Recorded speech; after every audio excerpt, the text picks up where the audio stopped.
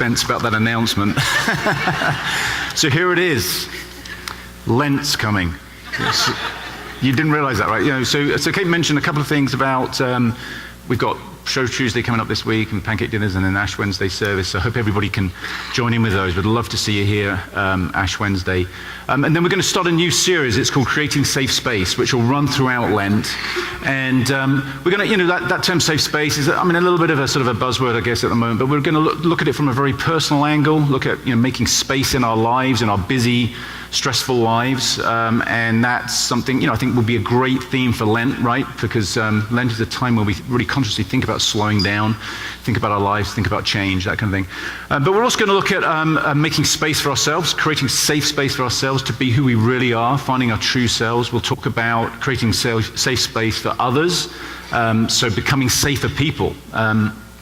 Can we be people who kind of emanate safe space, who create opportunity for others to really be themselves around us and share their lives with us in a really safe way. And then we'll also talk about it more at a more sort of social, systemic level. Can we reach out and make safe space for people who don't feel safe, maybe groups of people who don't feel safe? So those are the approaches we're going to take. And a slight difference for this series, we'll have opportunity for people to look at each of those themes in the discipleship groups that we have. But we're also going to be starting some groups called challenge groups, which will run for 3 weeks. They'll run on March 4th to 18th after the service. So on Sundays for an hour and a half or so, there'll be 4 different groups, based on those themes. And we'll talk more about this next week. But you can, everybody's invited to join one of those groups, and that's not a permanent thing. Those groups will just form for those 3 weeks, and then they'll dissipate, after Lent. But going to take a slightly different approach. As I said, we'll talk more about that next week. But I really want to encourage you to kind of think about going into this next week, kind of with a serious mindset, not a depressive mindset, not a down. It's not. We'll talk about this on Ash Wednesday. This is not a time for us to get down on ourselves, but it's a great opportunity for us to really reflect on our lives and do some of the internal work that I think we all know we need to do.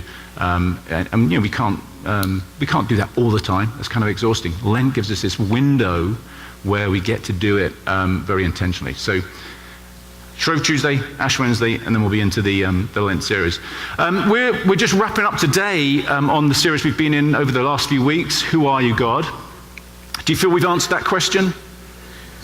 Pretty much, right? So we're just wrapping up today, just, few loose ends, loose details that we didn't quite cover.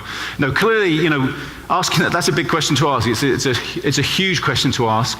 And today the question is, God, are you more than we can imagine? In other words, it's really getting into this whole idea that God is a mystery, right? We've asked lots of questions, and there's many things that I think, hopefully, throughout this series, we've discovered, we've maybe reimagined, we've thought through, that there are some really helpful ways to think about God. And we've probably had some very helpful ways to think about God, some healthy ways. But we've also maybe discovered that there are some unhealthy ways or unhelpful ways to think about God. And perhaps even trying to move away from, this is the right way to think about God and this is the wrong way to think about God. We all see God in different ways, but there are some ways in which we see God that kind of help us and some that don't help us so much. So we have to re-examine those. So we've been doing a lot of that over this past few weeks. And as we go into today, I want to encourage us to think about this whole idea of God being more than we can imagine as actually an incredibly exciting, appealing thing.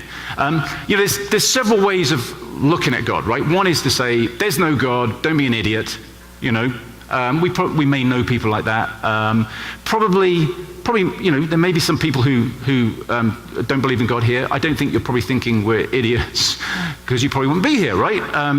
So not everybody who doesn't believe in God thinks that, but that can be an intimidating way of thinking about the whole notion of God.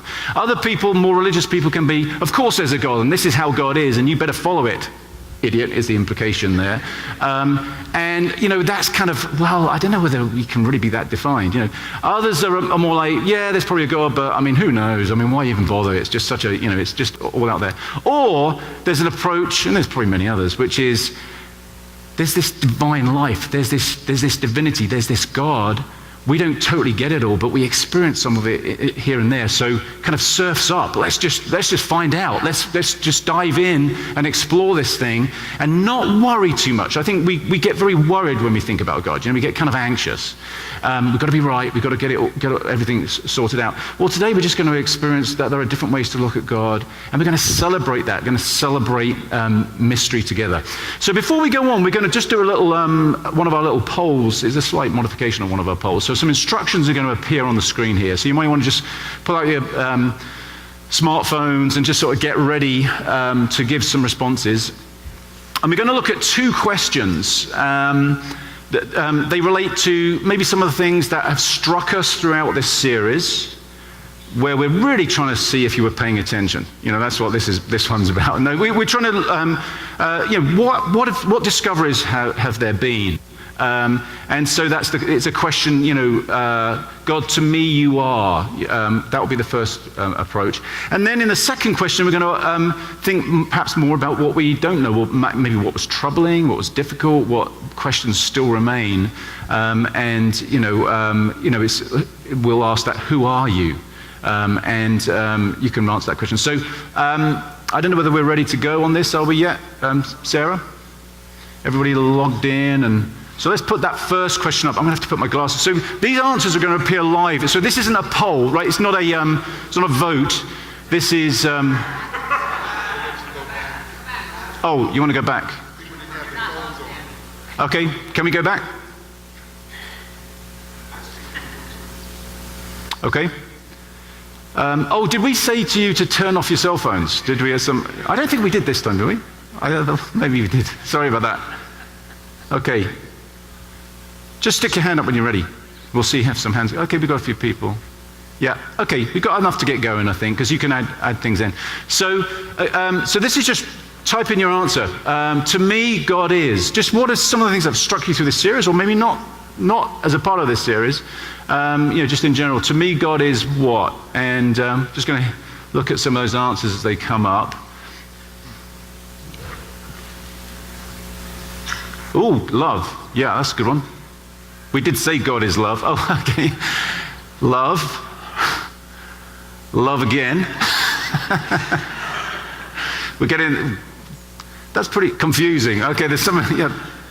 Okay, that's cool. God is Cedar Ridge. Wow. That makes us a cult, doesn't it? I think, if we say that. Does it? Does that make us a cult?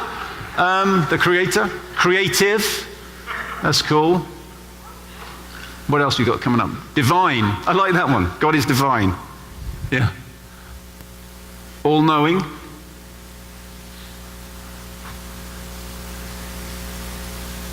In everything, even when I'm in doubt. That's cool.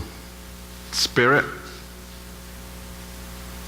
Let's see what I will just give it. Hope. Love. That's cool. Love, Holy Father.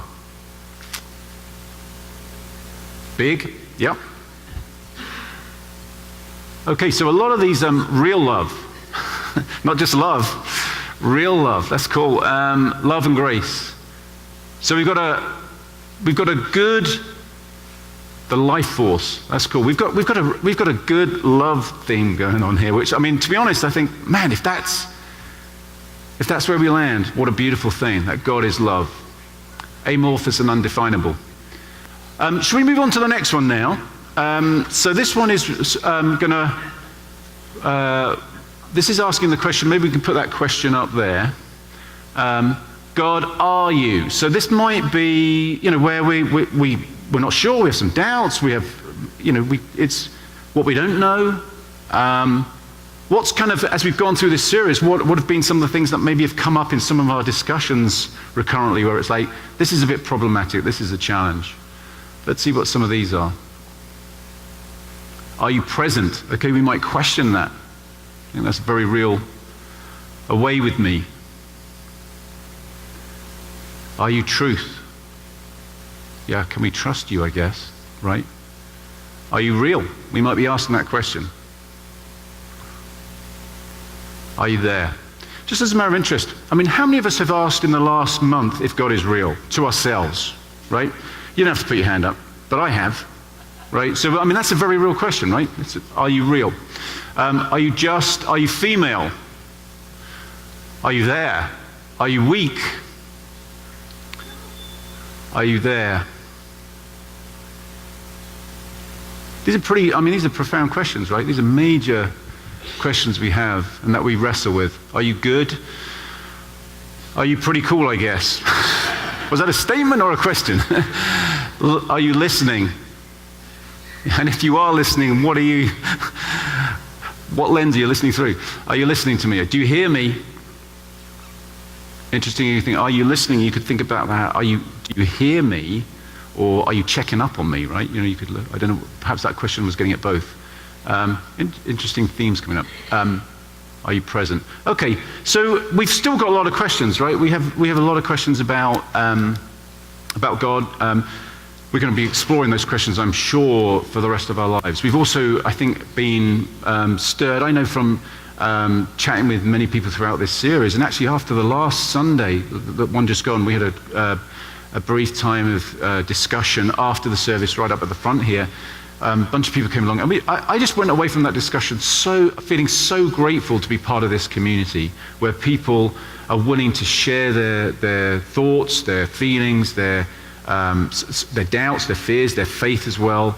And we did that in a really safe environment. People were not, oh, I disagree with you. And that's, it was just a very loving discussion.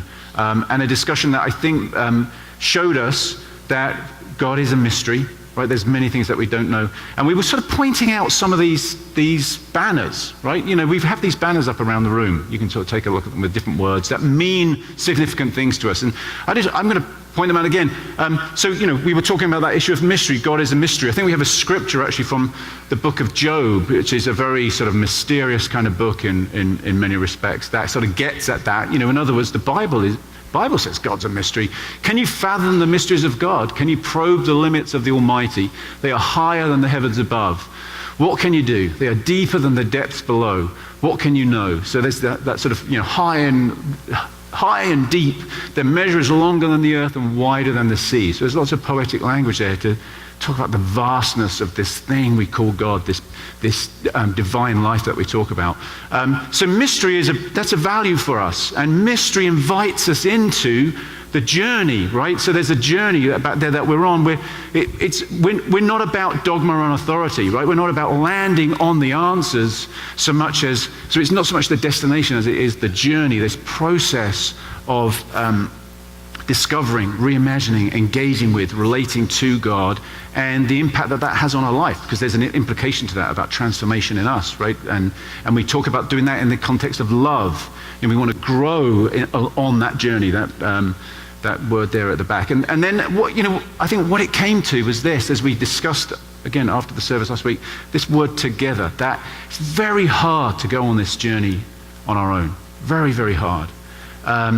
And we need one another. And so, I want to say to you guys what I said at the group last week, that if you are in any way feeling a little bit on the outside, like in this community, I just want to encourage you to lean in. That might mean coming to perhaps one of those groups during the Lent season, or joining a discipleship group, staying on after today to the potluck. Even if you didn't bring any food, we'll have loads of food. So just sort of lean in a bit, because you need people. You need people on this journey and what we're about as a community. And then on the other hand, we might feel very connected here. We might feel that we've got the kind of togetherness that we need. We can reach out and look out for others who maybe don't feel that they have that, and draw those people in. So community and togetherness on this journey is so important, so crucial. As we process things and work things out and go through our various struggles. So thank you so much for engaging in this series. Thank you for your comments back there on the polls. What we're going to do now for the rest of the service is, with this idea of mystery and God, are you more than we can imagine in mind, we're going to look at God, or look at how we can perhaps connect to God, see God, experience God through 4 different lenses.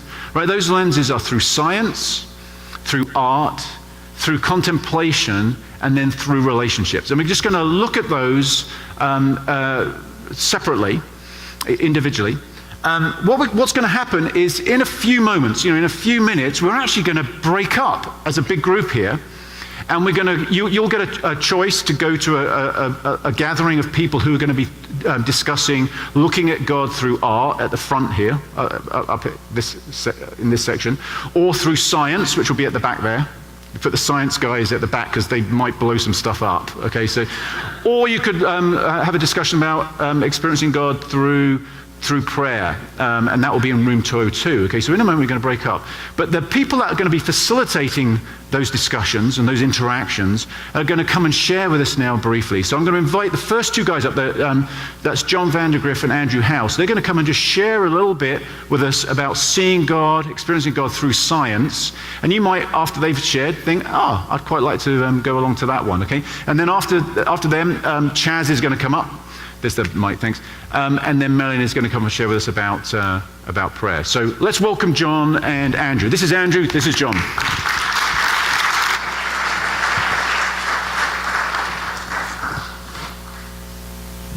I have a slide, just one. All right, so I wanted to take a few minutes to share how I experience God through science. For as long as I can remember, I have always asked the questions why and how, to the point where I drove my parents nuts, my grandparents nuts. And so my grandparents bought me this book when I was about 4. And it was all about the human body. And I would pore over it nightly and just continue to ask questions, but at least there were some answers in there. And I still do this. You can ask my wife. I have this annoying habit of continuing to pore over reference materials and share interesting things with her. Well, I find them interesting.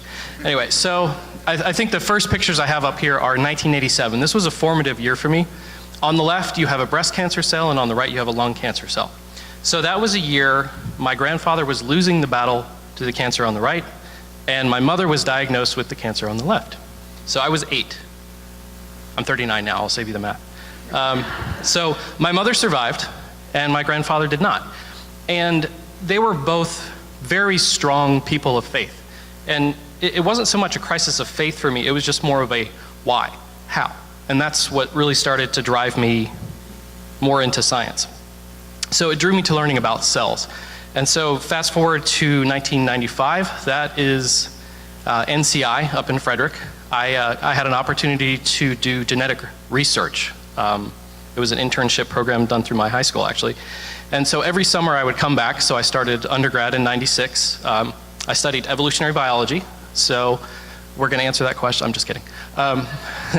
So every summer I would come back, and I had the opportunity to study the impacts of genetic mutation and how it can cause cancer. So I scrapped my plans to go to med school, and I said, I want to be in a lab, I want to be a scientist. And in 2000, I had the opportunity to start. I finished college, and I worked for a company that made synthetic DNA. We called it the Gene Boutique. I'm kidding, we didn't actually call it that. So we made synthetic DNA for people to do research into understanding genetic diseases. And I think that's really continued on. 18 years later, I'm still working actually for the same company locally. And now we partner with pharmaceutical companies who are taking that type of research into the next level to where they can develop drugs. You have a chimeric T cell, Google CAR T. It's a great technology, and you can actually fix people's cancer with this stuff. So I think, just to wrap up, throughout this journey, I would say my faith has matured. And in the bottom right, I've been nurtured early on by 2 parents who had a steadfast faith both in God and also a deep appreciation for science. And so I think that has helped create this understanding that science and faith are not exclusive. They're really quite complementary. So what I find is the more we understand about ourselves and our environment, the stronger our faith becomes as a scientist. And it's not just from appreciating what a complex miracle we all are or how things work, just the journey, the joy of discovering and sharing that joy with others. So there's a great line, I think, from a movie that I saw when I was a kid, Chariots of Fire. Eric Liddell says, "I believe God made me for a purpose, but he also made me fast. And when I run, I feel his pleasure." So I ran track in high school. I'm not fast. So that is not my version. But for me, it is, I believe God made me for a purpose, but he also gave me an inquisitive mind. And when I do science, I feel his pleasure.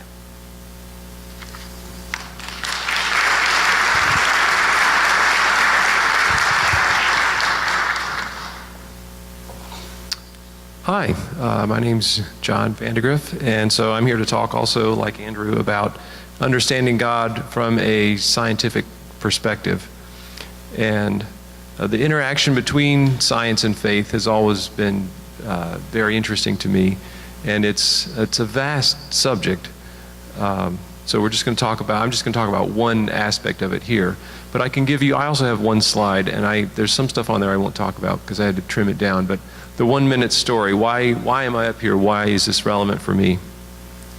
Well, I started out studying in college. I studied physics, and I studied at a small Christian school. And that was one experience where at that school there's very strong emphasis on the faith training. Also, they do give you a physics degree. But then I went to grad school at a larger research-based institution. And that's where I really started questioning or trying to integrate all the cool things I was learning about the universe with my faith. And so that process is definitely an ongoing process.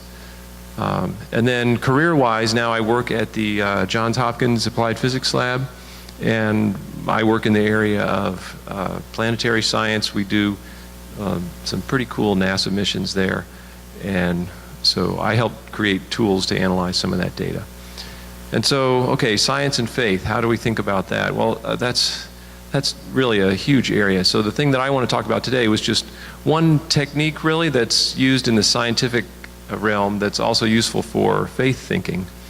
And so, okay, picture yourself, you're a scientist and you've got this collection of knowledge, you've got things figured out, you have a bunch of answers, and this is what you know. You've got a picture that's complete, and then you realize or you observe something that doesn't fit. And as a scientist, that's very exciting, right? Okay, because that is an opportunity for discovery. And so the discrepancy between what you know that you know and something else that you have observed, that's an area that you can mine for, new information. And so in faith-based thinking, sometimes that's more scary than it is in science. You've got this picture that's all complete, and then something disturbs that. And so I think we should embrace that and try to use that discrepancy as a clue for maybe what to think about next, or can we improve our thinking about our faith or about God or relationships or people or whatever. And so also in science, sometimes you have to face the idea that this discrepancy is too big and you cannot resolve it. There are some issues in science, some puzzles that will be around when we're all gone. There's just not enough information to resolve it yet. Nobody wants to pay for that experiment or do that mission or whatever. And so that will come later. And so you have to leave that unresolved. And so there are some areas in our own lives where we have to live with that too. I mean, the human brain wants to resolve things, right? It wants to figure it out. And so sometimes we just can't. We have to leave it open. But that doesn't mean that you should quit. In science, when you can't resolve it, you don't just say, oh well, you try to be clever, you try to keep getting more data, right? So in your spiritual walk, St. Augustine said you should really try to consult the two books, the book of nature and the book of Revelation, to try and answer some of these discrepancies. So we're going to explore that a little more in the breakout session. This idea of what happens when there's something that you observe that you can't understand. Maybe some of you have experienced that. We can talk about that. And also, we can go to the next slide. The place where I went to undergrad has this bell tower that the two spires represent faith and learning. And which one is taller? Depends where you stand on the campus. You can't really tell. So some of these complex issues they depend on your perspective, and you have to kind of respect that. So we'll be in the back for our breakout session if you want to join us for that. Thanks, John.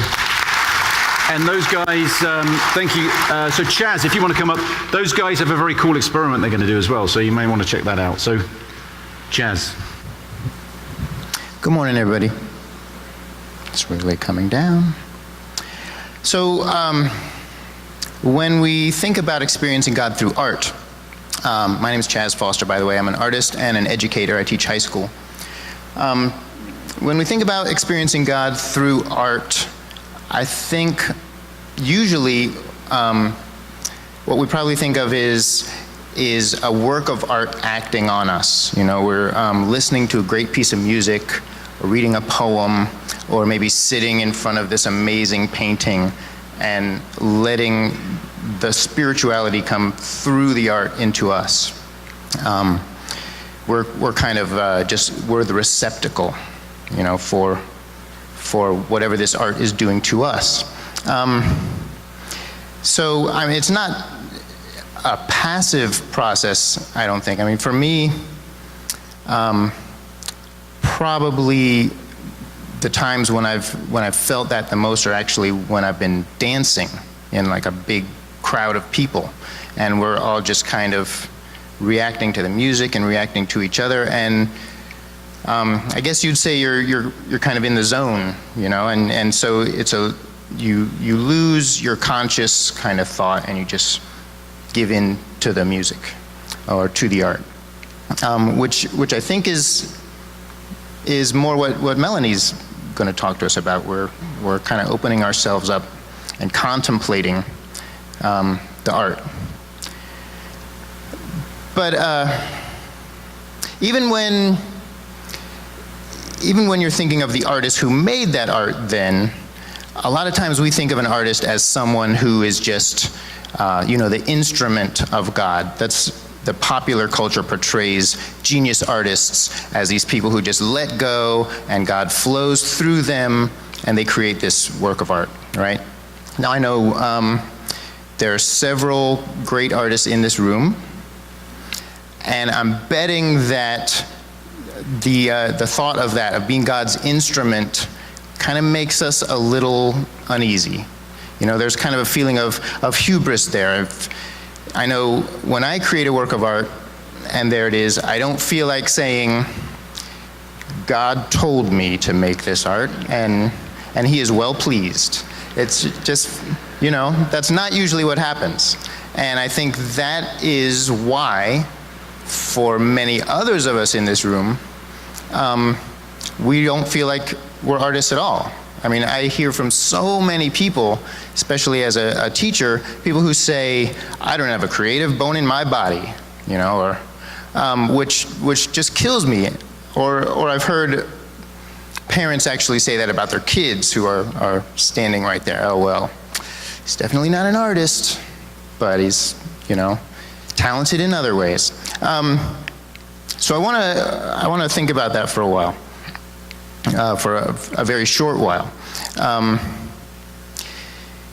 Because if, as artists, we're trying to represent something and it goes wrong, and that's why we get frustrated and we end up saying that we're not artists, how does that happen? I mean, we have a bunch of 3-year-olds over there, and they're all artists. I mean, if you say, hey, draw me something, they'll just go to it, and they're not worried about the result and what the result's going to look like. They haven't yet reached that point where they're comparing their work to some ideal, right? And at some point in our lives, that happens to us, and then you either press on through that and you keep making art, so you get better at it, and people say, wow, you're an artist, and you start to believe it, or you don't because you get so disappointed and you realize, I'm not an artist, and other people look at your work and go, yeah, maybe you should try something else. So we're destined to end up with results that don't match our expectations. And if we think of ourselves as the instrument of God, then we're really letting down God, because, you know, if God is telling me to create something and I'm not pleased with it, then how much more is God not pleased with it? So how we deal with that disparity is whether or not we can think of ourselves as artists. And I think we should find that kind of familiar sounding when we think about the creation not living up to the Creator's expectations. What would happen if, when we fall short of the ideal that God has in mind for us, God, crumples us up and says, I don't have a creative bone in my body? That obviously doesn't happen. And Ruth and Matthew have addressed that when we're talking about is God just, and is God merciful, and is God powerful? There has to be some other way of God dealing with the fact that we never measure up to the ideal or the plan that was in the Creator's mind. When God's creation doesn't work out, God doesn't give up. And so I think by thinking about how we create, we can get a window into our relationship with our Creator. So especially if you feel like you're not creative at all, we'll be discussing this over here, and I've maybe got just a few little tricks to think about creation not as a representing of some ideal, but as a reimagining of what we get.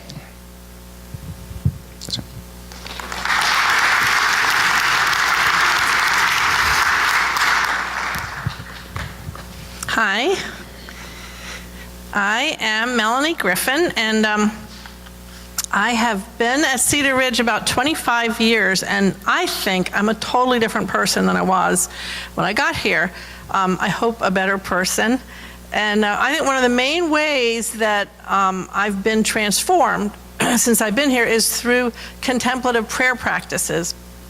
And I first learned about this tradition or this stream of Christianity at contemplative retreats that we have held over the years, where I discovered how much I love silence. And I especially like being in silence in a group, which might sound uncomfortable to you, but I totally get why Jesus needed to withdraw to a lonely place to pray, and why the Psalms tell us to be still, just be still, and know that God is God. And spiritual sages throughout all history and all religious traditions have taught that contemplation and silence and solitude are really important to spiritual growth. And I found that that's true in my own journey to become a spiritual sage. But I think at some level I've always known this, because like John was saying, the book of nature, I love nature. And when I was a kid and my whole life, I just especially like to be alone in nature and ponder the beauty and the wonder and the orderliness, the natural systems, the exuberance, the power. That is my favorite way to connect with God, to learn about the Creator, is just to look at nature. And even though I didn't grow up in a religious home, I always believed in a Creator because of nature. So in nature and in contemplative practices, we learn to take the focus off of ourselves, off of our egos and our own agendas, and instead we are just present to God. It's kind of a relief, really, to stop all that thinking and figuring out. It feels like a heart knowledge rather than a figuring out and a thinking it through and finding answers. It's just a way of being with God, just resting and knowing God and being my true self. So contemplation means to gaze at lovingly. So really you're just giving yourself space and time to gaze lovingly at God and allow God to gaze lovingly at you. Being a human being instead of being a human doing, as they say. And centering prayer, which we've talked about and practiced here, has been, for me, the most transformative practice, I wrote this and realized actually no, pain and suffering has been the most transformative practice, but after that is contemplative practices. I love all kinds of rituals, I love sacred practices, I love reading about the mystics. So my group is going to talk a bit more about this over in room 202, and we'll learn about a few practices. We won't have a lot of time, but if it sounds interesting to you, I really hope you will join us for the Lenten Quiet Day in the Barn on March 24th. You can come for some or all of it and learn more about contemplative practices. So 202. Thanks, Melanie. Shameless plug. Okay, so we're going to break up for about 10 to 15 minutes. A couple of things to think about in choosing your groups. First one is this: go somewhere. Don't leave, right? Don't go get coffee. If you want to get coffee en route somewhere, maybe that's okay. But get in one of these groups. So we'll have the Chaz and Art up the front here. Science guys will be at the back, and then Melanie's in the room just through these doors out here, room 202. So go to one of those. In terms of choosing, think about this. You might think, oh, somebody said something there, that's the group for me, I really want to go there. Great, go with your instinct. But you may not be sure. Maybe think about going to one that you might not normally have gone to. A different way of looking at God, maybe a way of looking at God that you're not so familiar with. That's something to bear in mind as well. Okay, so let's take 10 to 15 minutes. We're all going to come back together again. Okay, so again, after it finishes, you'll be sent back in here just to wrap up before the potluck. Come back, don't leave, because we're going to close out with a song together and some other instructions. Engaging with divinity. And maybe today especially we can have a heightened awareness of that. And perhaps today we can even extend that a little bit to try and engage with the light of God in people who we haven't perhaps connected with. And that's where this handout comes in. Okay, this is a little bit of